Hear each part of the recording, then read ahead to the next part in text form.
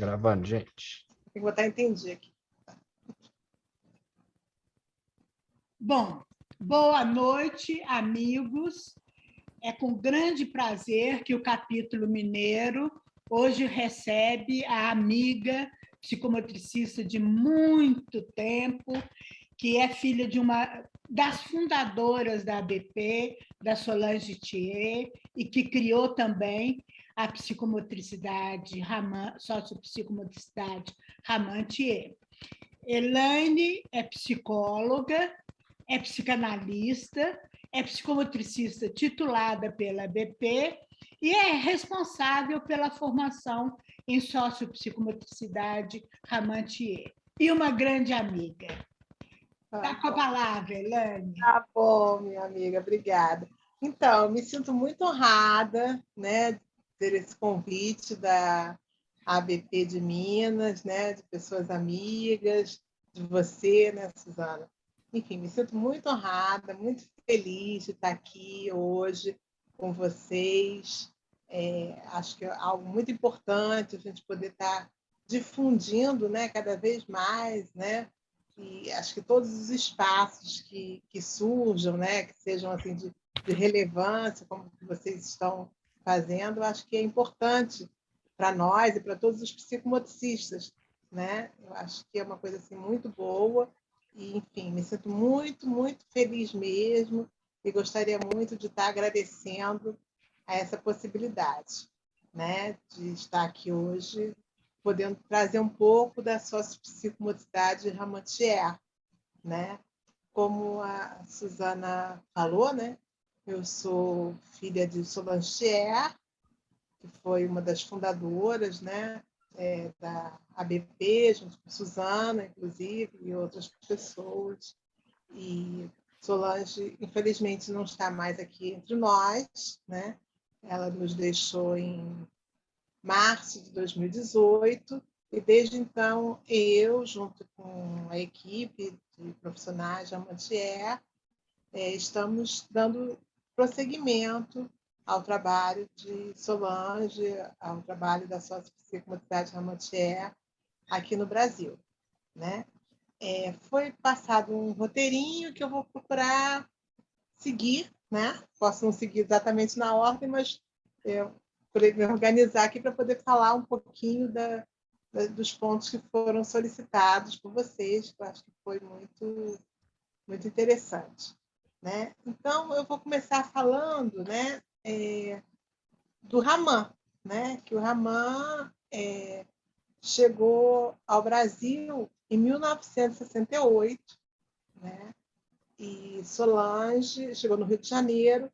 Solange fazia parte do grupo que trouxe Simone Ramã ao Brasil, e ela participou desse primeiro grupo de formação em Ramã. Só que quando o Ramã chegou, assim, a Simone criou um material muito rico, mas ela não teve, acho que não houve tempo, talvez, que ela já tinha idade, né? Ela não conseguiu colocar um embasamento maior no trabalho. Então, isso foi em 1968, quando Solange se formou, depois de um tempo, em 1972, Simone Ramã conversou com Solange, né? E com Mariângela Calage, que na época também fazia parte do grupo, e convidou as duas para poderem dar prosseguimento e desenvolvimento ao método Ramã no Brasil.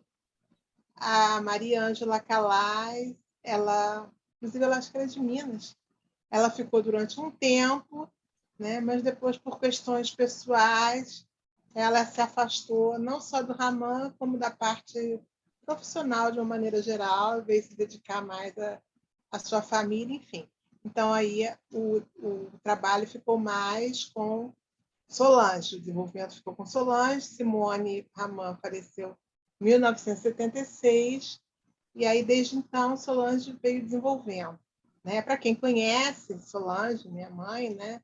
Eu conheci Simone, né? Que foi assim, eu era criança na época, né? E era uma pessoa assim muito carismática, uma pessoa muito assim, eu gostava muito dela, né? Assim, muito simpática, né? Assim, uma pessoa muito especial, né? Eu tive essa honra de conhecer a Simone Ramon, né? E ela faleceu em 1976, como eu disse.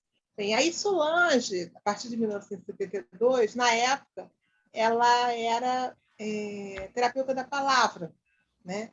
Sendo que, assim, terapeuta da palavra depois foi evoluindo, né? Assim, tiveram cursos de extensão, né? E aí acabou se transformando no que hoje é a fonoaudiologia, né? Então, a Solange fez a fonoaudiologia, depois, como ela era muito estudiosa e sempre procurando cada vez mais, né? Quer dizer, fazendo a formação em diversas cidades do Brasil, ela ia, né, para levar a formação.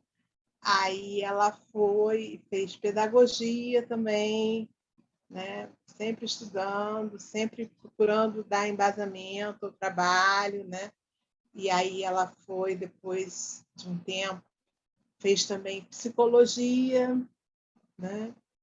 E passou mais um pouquinho, fez psicanálise, socioanálise, e o último estudo, né, que ela desenvolveu foi um mestrado em filosofia e ética, né? Então, Solange, durante praticamente 20 anos, ela veio dando um embasamento, né? Um embasamento que, em função dos estudos que ela pôde desenvolver, ao método Raman. Só que quando chegou mas aí ela foi percebendo assim que, na medida que ela ia dando esse embasamento, ela também estava criando alguma coisa que era peculiar a ela já, né? Então ela começou a criar a sociopsicomotricidade Ramantier, né? Então, quando ela criou a sociopsicomotricidade Ramantier, quando houve o corte epistemológico de Raman para Ramantier, foi em 1991. Foi quando ela apresentou a sociopsicomotricidade Ramantier para o mundo científico, né? Nessa passagem, né, ela poderia até ter tirado o nome Raman, porque foi um trabalho assim, por exemplo, meu pai, né, que ajudava, sempre ajudou muito, né, ela, então ela pedia alguns desenhos, porque a gente também trabalha com a parte gráfica, né? Então ela pedia alguns desenhos e ele fazia. Então nós temos instruções que são dadas, propostas. Então os desenhos hoje em dia são 100% brasileiros, né? Foram todos feitos pelo meu pai, marido dela, né? Que foi fazendo de acordo com as solicitações dela e ela foi dando todo um embasamento psicanalítico e todo o embasamento psicomotor a esses trabalhos, né? Só que aí ela manteve o nome Raman Thier, né? E ela fez questão assim de colocar um hífen, Raman hífen Thier. Eu sei que hoje em dia até mudou muito essa questão de hífen, né? Mas eu procuro sempre falar isso porque assim ela falava que esse hífen era justamente o que marcava essa relação de gratidão que ela tinha a Simone Raman, porque na realidade assim foi Simone Raman a grande, digamos, musa inspiradora, a grande incentivadora para que ela pudesse criar, né, o que hoje é a sociopsicomotricidade Ramantier, tá? Então, quando ela teve esse corte epistemológico, ela fez uma criação do que a gente chama. Bem, as perguntas são depois, né? Então eu vou falando, se tiver dúvida, depois vocês perguntam. Ela fez a criação do que a gente chama de orientadores terapêuticos Thier, né? O que são os orientadores terapêuticos Thier? São como se fossem livros, né? Só que são específicos para quem faz a formação Ramantier. Então, existe o orientador terapêutico Ramantier, o Descobrindo Brincar, para crianças menores.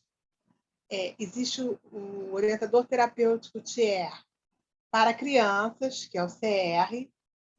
Existe o orientador terapêutico TIER para adolescentes, que é o AD. Existe o orientador terapêutico TIER para adultos, que é o E. E existe também o orientador terapêutico de formação pessoal, que é só para quem é formador pessoal em Ramantier. Tá? Então, nesses orientadores terapêuticos, existem conjuntos. Então, por exemplo, as propostas são classificadas seria as atividades gráficas, né? Atividades criativas, atividades gráficas. Elas são classificadas por tipos de atividades, dentro das fases, dentro das idades. Dentro das idades. Cada orientador é para uma idade. Tá? Então, por exemplo, existe recorte, existem colagens, existem dobraduras, existem trabalhos com arames, existem trabalhos com contas, existem trabalhos com gometes, existem, e cada um desses são conjuntos. Então, cada orientador terapêutico desses, eu posso dizer assim, eles são grandes. Então, cada um deles, né, tem, em média, assim, sei lá, umas 300 folhas, mais ou menos. Então, são materiais grandes. Então, por exemplo, se você, o profissional, a Ramantier, vai trabalhar com um grupo, digamos, que o trabalho é basicamente grupal, pode ser feito individualmente também, mas é basicamente grupal. Então, se ele vai trabalhar com um grupo, digamos, de crianças, não necessariamente ele vai utilizar todas aquelas atividades que estão ali, aquelas atividades gráficas, atividades plásticas, que estão ali naquele orientador terapêutico. Ele vai fazer uma escolha, né, de acordo com o seu grupo, que aí ele vai ver as fases do desenvolvimento psicossexual de Freud, que as propostas também são classificadas dentro dos conjuntos, as propostas são classificadas nas fases. Então, por exemplo, a fase oral, a fase anal, a fase fálica e a fase genital. Olha, gente, muita coisa. Eu vou tentar, assim, passar nesse tempo que a gente tem, né? Mas é muita coisa. Então, a fase oral, ela denominava, né? Solange denominou como uma reconstrução da maternagem. Então, o que seria isso? Quer dizer, isso poderia acontecer em qualquer faixa etária. Essa reconstrução da maternagem, a gente poderia observar num grupo, por exemplo, se fosse aquele grupo que começasse toda hora a perguntar, como a criança às vezes faz com a mãe, tá certo, é assim que faz, uma relação de dependência maior, né? Ou uma voracidade maior. Essa voracidade poderia se apresentar tanto a nível do grafismo, né? de querer mais atividades, quanto poderia ser uma voracidade até a nível de alimentos, né? Então, aí, se percebesse, se a gente percebe que um grupo está vivendo essa fase oral e precisa trabalhar a reconstrução da maternagem, a gente vai lá no orientador terapêutico daquela faixa etária, aí vê que tipo de atividade que pode ser fornecida para aquele tipo de grupo que vá trabalhar aquilo. Aí a fase seguinte seria a fase anal, né? Que nem a criança na fase de desenvolvimento de Freud, né? Fase anal, que é a entrada do limite. Isso a gente perceberia no grupo como? O grupo que, de repente, tivesse dificuldade de lidar com os limites, ou que tivesse uma questão de limite muito exagerada, tem que ser desse jeito, se não for desse jeito, não está de acordo, não está certo, enfim, mais ou menos por aí. Aí iria também. O nosso objetivo seria fazer com que o grupo, né, aquelas pessoas, pudessem passar da fase oral até chegar à fase genital, né? Então, a oral, a anal, né, que seria a entrada do limite, a fálica, que seria o movimento edipiano, né, que seriam as tríades edípicas, né, que começam a acontecer no grupo, e a genital, né? Que, como se trabalha desde a criança, né, ela classificou como a descoberta do eu social, né? Quer dizer, seria a possibilidade de conseguir realizar trabalhos em grupo. Eu estou falando essa questão da possibilidade de conseguir realizar trabalhos em grupo, porque me veio assim uma lembrança, né? Acho que eu posso falar aqui, né, mais livremente, né, do que me vem, né? Então eu me lembro assim que uma época eu estava atendendo um grupo de crianças e tinha uma criança que ela era muito difícil, né? E acho que ela estava até vivendo essa fase anal, que ela não tinha limites, né? Ela estava precisando viver essa entrada do limite. Então, ela estava trabalhando, até era com cola colorida, e ela estava tendo muita dificuldade para realizar atividade plástica, né, que a gente chama, atividade gráfica, atividade plástica. E ela não se conformava com aquilo. Ela devia ter, era um menininho, ele devia ter o quê? Uns 9 aninhos, mais ou menos, né? E no que ele foi não se conformando com aquela situação, ele partiu para uma atuação. Ele se levantou, né? Porque a gente trabalha assim, normalmente, essa parte do trabalho, que seriam essas atividades plásticas, a gente trabalha com mesa e cadeira. Ou então, se for o caso, trabalha sentado no chão, mas tem um papel. Nesse caso, tinha mesa e cadeira, né? Então, ele não se conformou que os outros estavam conseguindo fazer e que ele, no caso, não estava conseguindo fazer a atividade dele. Então, ele foi na mesa dos colegas, acho que era um grupinho de 4 crianças, ele foi na mesa dos colegas com a cola colorida dele e quis não, espremeu, né? Porque depois eu contive, falei com ele, disse que não era possível, conversei, mas ele foi para destruir o dos outros, porque ele não se conformou que os outros pudessem estar tendo uma realização e ele não conseguia. Então, assim, isso é uma coisa que o terapeuta, né, tem que estar muito atento. Mas eu estou falando assim falei muito aqui para vocês dessa parte da parte plástica, né, que compõe uma sessão. Mas a sessão da sociopsicomotricidade Ramantier, ela é composta de 3 momentos, tá? Não é só a parte plástica. Ela tem um momento dessa parte plástica, ela tem um momento de atividades corporais, propostas corporais, então que aí vai se viver corporalmente, né, as situações, propostas que são oferecidas, às vezes propostas que o grupo solicita de alguma maneira, e a verbalização. Então, no momento da verbalização, a criança, muitas vezes, ela fala durante a própria execução da atividade. Mas já o adolescente, o adulto, ele consegue ter um espaço que a gente fala, bem, agora vamos falar sobre isso.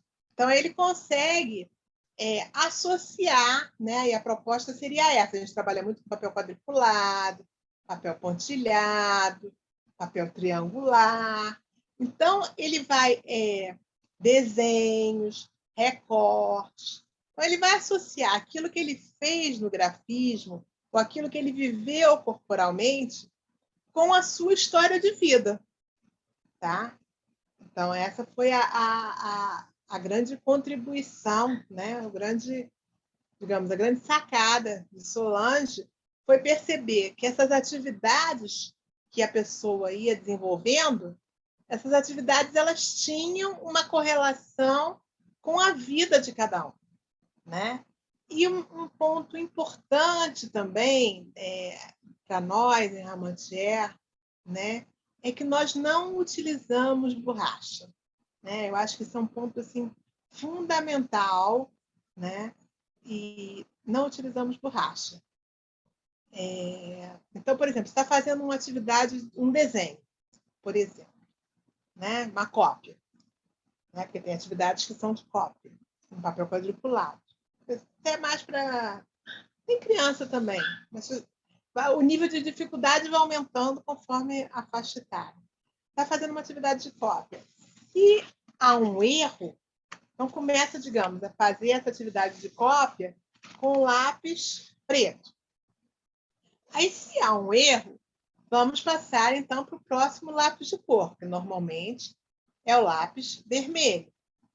Se há um novo erro, vamos passar para o outro lápis de correção, que é o lápis azul. Se há um novo erro, isso acontece, né? Vamos passar para o lápis verde. E não retornamos mais ao lápis preto. Então, se por um acaso houver um novo erro, um quarto erro, digamos, né? Aí recomeça a sequência: vermelho, azul e verde. Isso nós chamamos em Ramontier de reparação, né? Quer dizer, é a possibilidade de poder reparar os erros. Porque Solange dizia, né, assim, que na vida, e eu concordo, né, e assim, nos últimos 15 anos, né, de vida dela, eu comecei também a contribuir com a questão da metodologia, né? Então ela dizia muito assim, os erros, eles não, que a gente comete na vida, no dia a dia, nas situações em que a gente passa, não tem como a gente passar uma borracha ali e apagar esses erros. Os erros acontecem, eles existem, e a pessoa tem que saber lidar com eles e tem que saber repará-los, né? Então, essa questão da reparação, ela acontece tanto com o uso do lápis de cor, como ela também pode acontecer quando está se fazendo um recorte. Está fazendo um recorte e há digamos, a pessoa tem algo para recortar. E aí ela vai e erra naquele recorte. Então, como que se faz a reparação com o recorte? A partir de um erro de recorte. Se faz a reparação com durex, né? Mas a reparação é importante que ela seja uma reparação sadia e não uma reparação maníaca. O que a gente chama de reparação maníaca? O que Solange chamava de reparação maníaca? Até eu cheguei a vivenciar isso também, né, com uma pessoa. Digamos, era um trabalho em linhas, tá? Então a pessoa fez a primeira linha gráfica, na parte gráfica, errou. No final da primeira linha, quando ela errou, na segunda linha ela tinha que começar com lápis vermelho. Só que para ela não suportou, assim, não foi uma coisa que ela lidou bem com o erro e usar o lápis vermelho. Então ela começou a errar aspas de uma forma maníaca, quer dizer, ela começou a meio que simular um erro. Quando chegava no final da linha, ela dizia que tinha errado para a linha seguinte ser de outra cor, porque aí ela queria o trabalho dela todo listadinho. Mas aquilo ali não era uma reparação. Ela estava simulando uma coisa. Então, aquilo ali seria uma reparação maníaca, não era uma reparação sadia. Então, o importante seria a reparação, é a reparação sadia. Um ponto importante que eu vou falar aqui, que eu estou vendo que o tempo está andando e eu não estou chegando, que é a questão da formação, né? Da formação do sócio psicomotricista Ramontier, né? Como que ocorre a formação do sócio psicomotricista Ramontier? Nós temos a formação pessoal. A formação pessoal ela é feita em uma psicoterapia de grupo, então ela acontece em módulos. São 5 módulos e ocorrem a cada 6 meses. 5 módulos de 30 horas. Então, são mais ou menos uns 4 dias seguidos, né, em que vai ter uma psicoterapia de grupo pela sócio-psicomotricidade Ramontier. Então, com a questão da pandemia, nós nos vimos um pouco limitados, porque uma psicoterapia de grupo pela sócio-psicomotricidade Ramontier é impossível de fazer online. Porque tem os materiais, né? Tem propostas que são em grupo, que as pessoas um tem que fazer no papel do outro, ou a parte de um tem que complementar a parte do outro. Então, tem essa questão da formação pessoal, são 30 horas, 5 módulos de 30 horas, que dá uma média de 150 horas de formação pessoal. Nesse intervalo, aí se demora mais ou menos uns 5 a 6 meses até ter um novo módulo de formação pessoal. Nesse intervalo de 5 a 6 meses, aí nós temos a formação teórico-técnica. Como nós tínhamos, na época que começou a pandemia, tínhamos alguns grupos que já estavam caminhando, então a formação teórico-técnica, nós começamos a fazer de forma híbrida, né? Então, uma parte online, né? E a outra parte presencial, tá?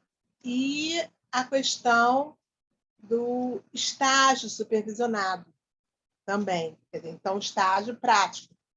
Como se estuda diferentes faixas etárias, se trabalha também com o idoso, né, com a gerontopsicomotricidade, como se estuda diferentes faixas etárias, então, cada pessoa escolhe com que faixa etária vai querer estar realizando o seu estágio, né, e esse estágio tem que ser presencial também. Agora, são 60 horas no mínimo desse estágio supervisionado. Esse estágio supervisionado que acontece vai ter depois uma supervisão de estágio, né? É importante, indispensável, que haja uma supervisão de estágio. Essa supervisão de estágio, com a questão da pandemia, a gente abriu a possibilidade também dela poder ser híbrida, né? Uma parte presencial e uma parte online, né? Mas, assim, a questão da pandemia, ela realmente acabou interferindo muito assim, para a gente. Né? Para nós foi assim, um momento muito... Ainda está sendo, né? Um momento delicado. Né? Então, nós trabalhamos em consultórios, né? A abrangência, né? Seria basicamente clínica e profilaxia. Nós trabalhamos em consultórios, nós trabalhamos em empresas, fazemos trabalhos institucionais, que de repente tem um grupo numa instituição que está tendo problemas de relacionamento, então de repente vai se trabalhar com aquele grupo, aí vai se trabalhar lá da gerência, da chefia, até o funcionário mais simples da empresa, aquele que faz lá o cafezinho, porque aí eles, na medida em que vão fazendo esses trabalhos de grupo, né, atividades corporais, verbalização, tudo que envolve, né, a sociopsicomotricidade, eles vão percebendo no trabalho da importância de todos. Todos são importantes, né, que todos têm a sua relevância ali naquele momento. Então, com isso, vou responder quanto tempo. Com isso, como é que poderia? Me perdi, desculpa. No que todos são importantes, eles vão, digamos, se acontece algum problema no dia a dia da empresa, eles vão, de repente, essa sensibilização vai ser importante. O tempo total da formação é no mínimo 2 anos e meio, tá? No mínimo 2 anos e meio. Que se estuda, de início se estuda criança e adolescente. Né? Atualmente a gente está fazendo assim, aliás, desde quando Solange ainda era viva. Primeiro se estuda criança e adolescente, e aí depois, se o grupo tiver interesse, há uma complementação do estudo de adultos. Normalmente os grupos têm interesse de fazer essa complementação, tá? Mas no mínimo 2 anos e meio. Né?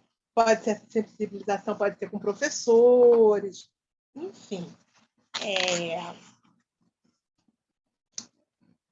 Eu acho que eu falei mais ou menos o básico, o tempo está mais ou menos na hora, não sei, agora funciona. Isso. Muitíssimo agradecida, Elaine. Você fez uma explanação assim, super abrangente, né? E trouxe exemplos de clínica que eu acho que assim, são claros, permitem a gente entender como que Solange e você conceituaram, né, os tipos de trabalho psicomotores com uma luz da psicanálise, e eu acho que agora as pessoas podem fazer as perguntas que estiverem com vontade de fazer, tá? Tá bom. Bom, uma das perguntas é quanto tempo de formação no total? E você já respondeu. Eu vi aqui escritinha, respondi. 2 anos e meio, Elaine, Oi. Para o acesso do material de vocês, é só para quem faz a formação. Dos orientadores terapêuticos. Tem os livros. Os livros são de livre acesso. Tá. Dos orientadores terapêuticos. Só para quem faz certo. Isso. Tá. Que são os profissionais que fizeram a formação com vocês. Isso mesmo. Eu queria ajuntar aqui que não só livros, mas tem a publicação da revista Vitrais. Tem a publicação de Vitrais, isso mesmo. Que é online. Fala um pouquinho disso, Elaine. Então, Vitrais é uma revista online que nós temos, que ela é indexada. Então, os artigos que saem em Vitrais são artigos que a pessoa pode lançar, né? Que ela é indexada no ISBN, né? ISBN, ela é uma revista indexada. Então, em Vitrais tem artigos de profissionais da Mantier e tem artigos também de profissionais, de outros profissionais que a gente julgue relevante de estar colocando. Vitrais pode ser encontrado, pode ser acessado no nosso site, que é www.solange.tier.nom, de nome, nom.br. Tá? Aí vai no nosso site, aí entrando no site, clica em ABRT, que é a Associação Brasileira Ramantier. Aí, clicando em ABRT, vai chegar em Vitrais. Aí, em Vitrais, nós temos vários números, nós já estamos no número, acho que 90 e tantos, muitos anos, praticamente desde o início, só que agora está online. Né? Antigamente, não tínhamos essa possibilidade. Né? Tem Vitrais também, os casos relatados, né? E é algo que a pessoa também não precisa estar investindo num livro, né? Que às vezes a pessoa não está com a disponibilidade naquele momento para estar investindo, e aí pode estar tendo acesso em Vitrais. Normalmente, quando tem Vitrais, ele sai a cada 3 meses, 4 meses, mais ou menos. Quando sai, eu costumo colocar no meu Facebook particular, no Facebook além de estar online, né? no site, no Facebook da Sócio-Psicomotricidade Ramantier, né? Do grupo, né? Sócio-Psicomotricistas Ramantier.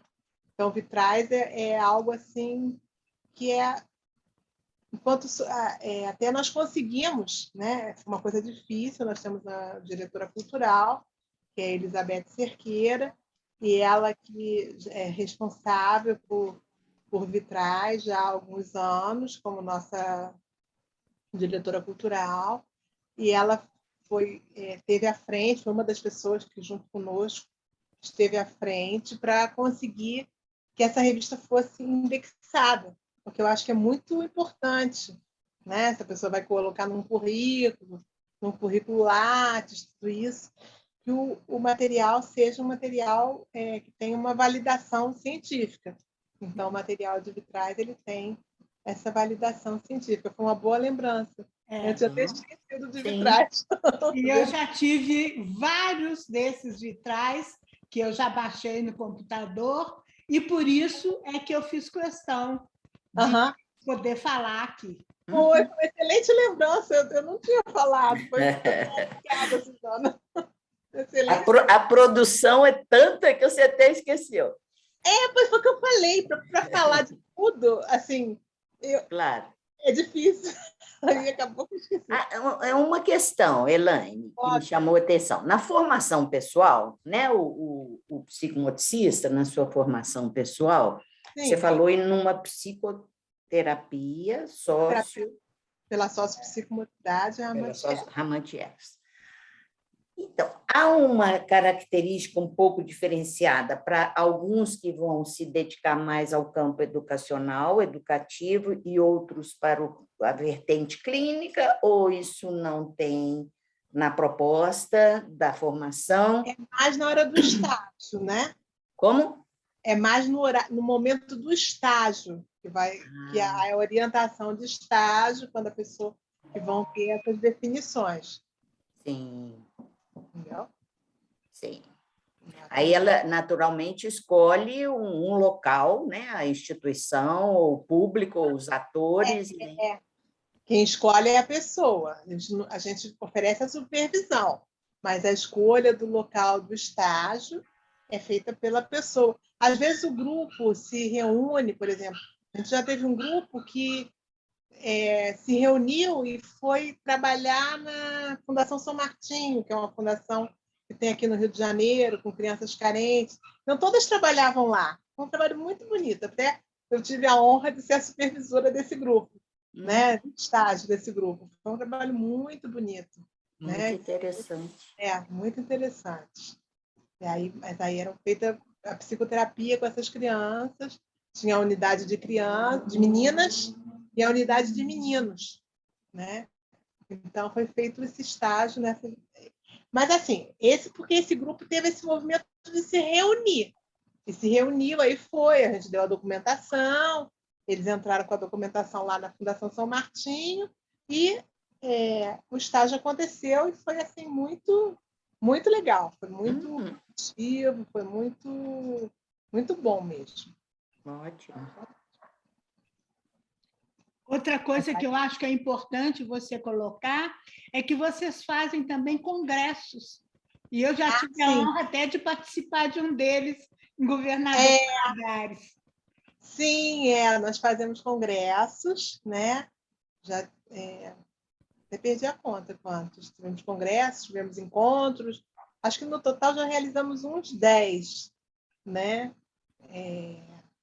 Desde que Solange se foi, infelizmente, nós ainda não conseguimos realizar um congresso. Temos esse desejo de estar realizando um congresso. Então, a gente chama, né, profissionais Chamantier, né, e outros profissionais da área, de relevância da área, como você já teve, né, esse convite, né, a gente chama outros profissionais de relevância da área. Esses congressos são muito bons, a gente procura fazer a parte teórica, procura oferecer espaço de vivências. É um congresso assim, oferece muitas trocas, né, científicas, né? Até porque tem, como você mesmo disse, tem profissionais de Chamantier, mas não são só profissionais de Chamantier. Tem outros profissionais de outras formações também que nós chamamos, né, de outras linhas, de outras abordagens. Então, assim, é muito enriquecedor, né? Muito rico. Os congressos assim, são muito ricos e é algo que a gente está, assim, é um sonho de retomar, mas aí veio pandemia também, né? Quer dizer, Solange faleceu em 2018, aí logo depois, né? Praticamente logo depois, né? Início de 2020 começou a pandemia e estamos nesse processo ainda assim, meio complicado, né? Estamos todo mundo, né? E uma coisa que eu acho que é muito importante nesse congresso, pelo menos é o que eu fui, né, é que não é só uma parte científica, tem uma parte cultural que é muito interessante e que ela aborda o que tem naquela região.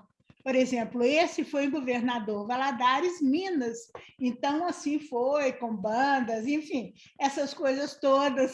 Sim, pelo sócio, né? Esse Governador Valadares foi muito bom, foi muito bom mesmo. Que sempre assim, aí tem uma cidade que se manifesta pelo interesse de desenvolver, uma cidade que tenha um polo, Ramatier, né? Então, esse de Governador Valadares, a coordenadora manifestou esse interesse de fazer lá. Então, aí ela colocou, teve passeio, né? Ela fez o passeio do trenzinho da cidade, né? Sócio, né? foi muito gostoso, né? Foi muito gostoso, é algo que assim, a gente tem muita vontade de poder, em breve, estar retomando, de fazer, de realizar. Né? É algo muito bom. Elaine, um prazer muito grande estar vendo você aqui, né? Muito tempo que a gente não se via. E dizer para você, né, que aqui em Recife, você sabe, né, eu tive a honra, né, de no ano de 84, no segundo semestre, eu acho, de 84, né, ser convidado por Graça Novaes, né, que era Graça Reis naquela época, né, Maria Redimida, que estava aqui, e tem um grupo imenso aqui do Ramã, aqui em Recife, né? E eu fui em 84, passei 3 anos e meio estudando lá, que foi uma maravilha estudar com a sua mãe, né? Aprendi muita coisa. Um grupo grande em Recife. Era um né? grupo grande, né? Era Bendita Sois entre as mulheres, né? Eram, se eu não me engano, 41 mulheres e eu de homem somente. E é um fato muito engraçado, porque quando eu subi lá no prédio, né, que cheguei lá em cima, quando eu abri a porta da sala, eu pensei que eu estava no lugar errado, porque só vi um monte de mulheres assim, eu digo, não, isso aqui não é...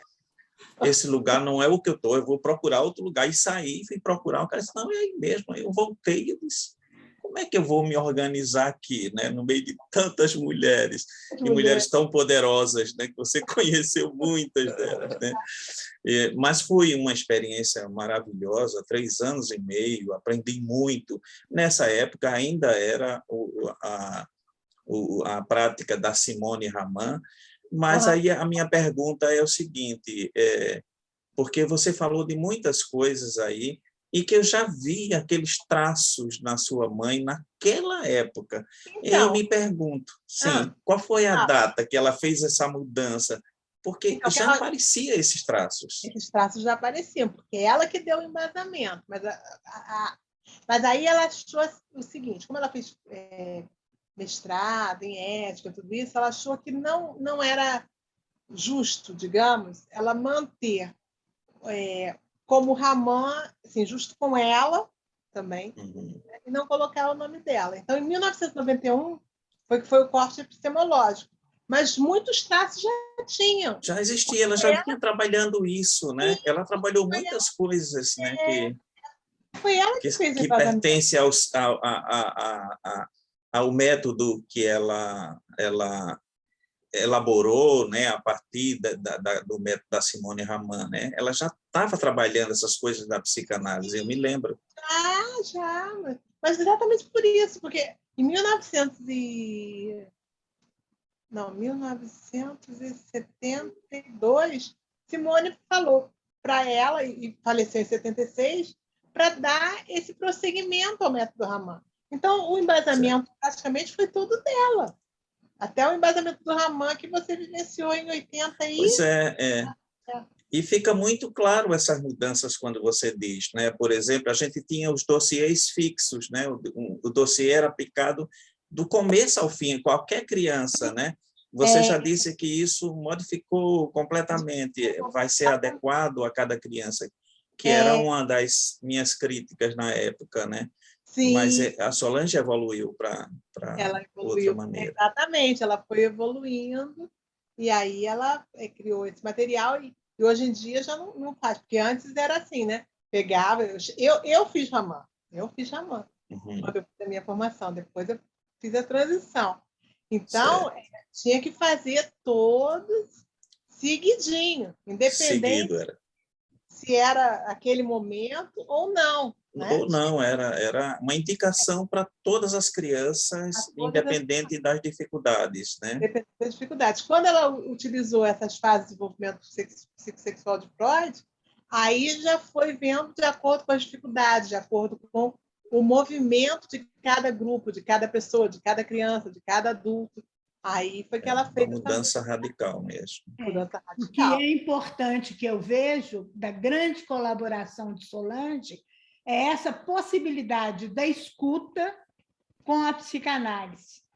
Porque aí não é uma coisa padronizada, e sim algo que responda à demanda daquela criança naquele grupo, né? Mesmo que seja uma atividade mais dirigida e que não seja uma atividade livre, expressiva, como a gente muitas vezes trabalha em psicomotricidade, há uma escuta da demanda daquele sujeito, naquele momento de vida, naquele grupo. Estou certa ou estou errada, Elaine? Tá certa, mas naquele momento, com certeza. Com certeza, Suzana, com certeza, está certíssimo. Pois é, Laine, parabéns aí e retornem aqui a Recife, porque muitas pessoas que se formaram no Raman aqui têm falado, eu tenho me reunido aqui na associação e as pessoas têm falado do Raman, né? E talvez precisamos retomar. Deixa passar um pouquinho essa pandemia aí para você vir por aqui para o Recife fazer algum trabalho por aqui, juntar esse grupo aqui, tá entendendo? É verdade, Tem muita gente trabalhando com o Raman. Eu trabalho num lugar chamado Integre, né? Que pelo menos 3 pessoas trabalham lá. Tem a... Eita, deixa eu lembrar o nome dela. Sônia Rocha, conhece? Sônia Rocha, sim, está lá. É uma defensora fiel do Raman, trabalha lá com o Raman. E tem outra também, Margot. Margot, eu estava tentando lembrar o nome, Margot. Mas tem muita, né? A Regina Papaléu continua fazendo também algum trabalho do Raman. A Loreto, né? De lá também? Sônia Loreto, a minha secretária na associação, está entendendo? Então, tem muita gente. E a gente tem falado um pouquinho, né, de que talvez você possa retomar esse trabalho, porque tem muita gente aqui do Raman. Talvez reunir esse povo que está aqui todinho. E pode contribuir bastante no congresso que você está organizando como presidente da ABP aí em Recife, né? Vamos ver isso, Elaine. Precisa marcar uma live com esse povo aqui, os ramanistas aqui e as ramanistas. Aliás, o ramanista só tem eu, né? E a ramanista tem muitas. A questão, acho que da psicomotricidade, acho que da psicologia também, né? Tá bem, parabéns, Elaine. Foi um prazer te ver, viu? E te ouvir. Muito obrigada, fico muito feliz. Gente, temos ainda a possibilidade de mais uma pergunta, porque nós começamos um pouco mais tarde, já são 8 horas, mas a gente pode ir até 8h10 por aí, tá? Quem quiser fazer a pergunta, está em aberto. Eu queria. Elaine. Tudo bom, querida? Eu posso fazer? Claro. Elaine, é um prazer te ver. A sua mãe foi uma querida dentro do trabalho comigo lá em Brasília. Eu jamais vou esquecer da presença dela no corpo docente lá do nosso curso. E eu queria saber de você quantas representações do Raman, em termos de formação, a gente tem espalhada pelo Brasil. Em quais estados brasileiros nós temos a formação? Tem muitos, viu? Olha, deixa eu ver aqui. Belém, Paraná, Recife, né? Minas. Salvador, Minas, Rio de Janeiro, São Paulo, Florianópolis. Nossa, peraí, tem mais. Eu sei que praticamente todos os estados. Fortaleza não tem, não, Elaine? Fortaleza? Não tem Fortaleza, não. É um Florianópolis, falei? Não sei se falei. Florianópolis falou. Uma coisa que eu acho interessante, no WhatsApp, na ABP, muitas vezes vem uma pergunta: me indica um psicomotricista em tal cidade. Aí vem a Elaine e fala: tem um Ramantier nessa cidade. Ou não é? É verdade, tem muito Ramantier espalhado aí pelo Brasil, tem muito. Talvez seja a formação mais democrática, né? Talvez a mais popular e mais espalhada. Eu acho que eu trabalhei em mais de 10 cidades, só eu. E eu não trabalhei em todas as cidades. Entendi. formadora em mais. Parabéns. Parabéns por essa democratização. Obrigada. Parabéns. Parabéns.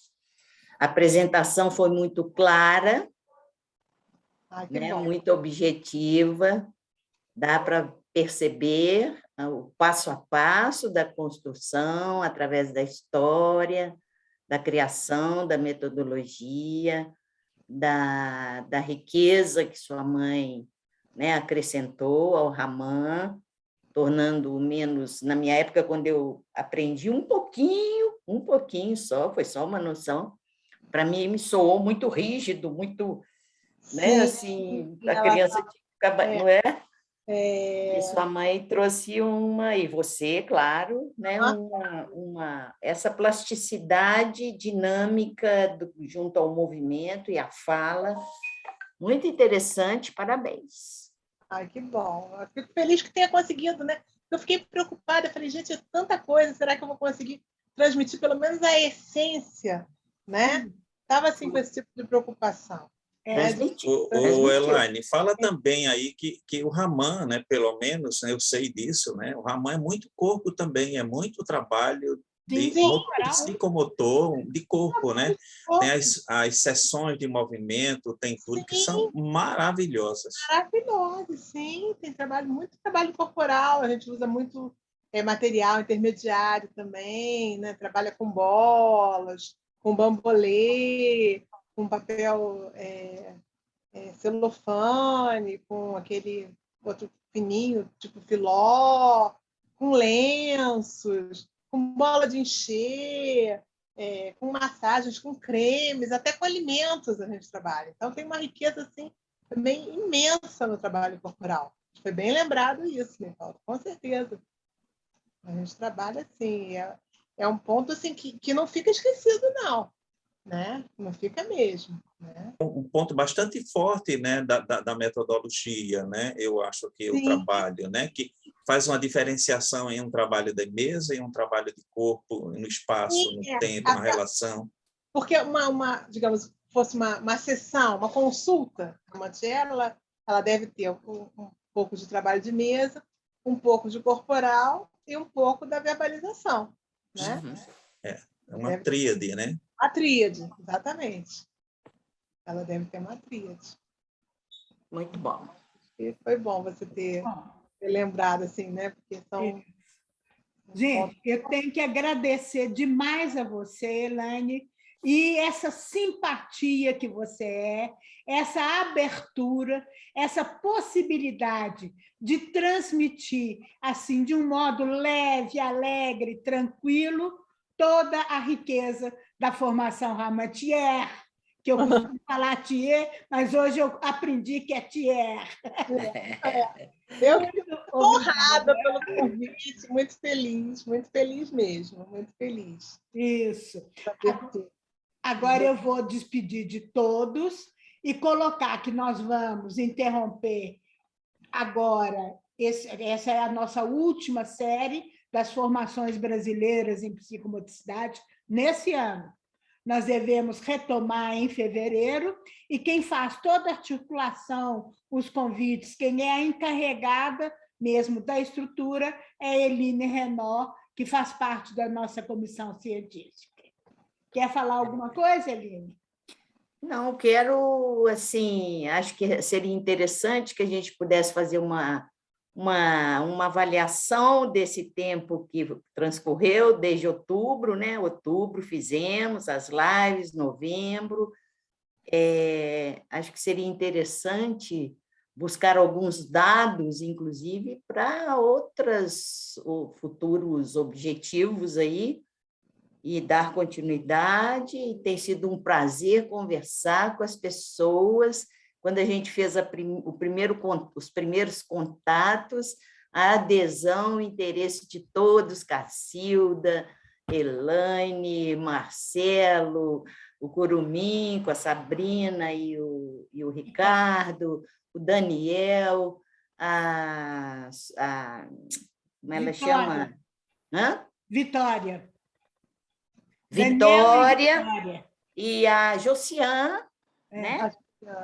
O Eduardo. Eduardo, sim, claro, Eduardo, todos assim muito interessados, muito cordiais, muito atenciosos, e nós pedindo algumas coisas, fazendo algumas exigênciazinhas para dar um prumo, né? um norte aí para todos, e em função das nossas demandas aqui no capítulo, mas foi um período muito agradável, com um trabalho maravilhoso apresentado. Eu acho que a proposta de vocês foi ótima, né? Hein? Eu acredito que a proposta de vocês aí do capítulo Minas, foi maravilhosa. Foi legal, né? Está sendo, né? Está sendo. Está sendo. Tá sendo Obrigada. Obrigada, Suzana. Obrigada. Gente, então, ó, até o ano que vem para todos. Ótimo Natal e ótimo fim de ano. Tá bom. Amém, amém. Amém. Tudo Beijo, bom. obrigada. Boa noite. Pode Abraço. terminar a gravação, Boa noite. querido. Tá Boa bom. noite. Boa noite. Boa noite. Tchau, tchau. Tchau, tchau.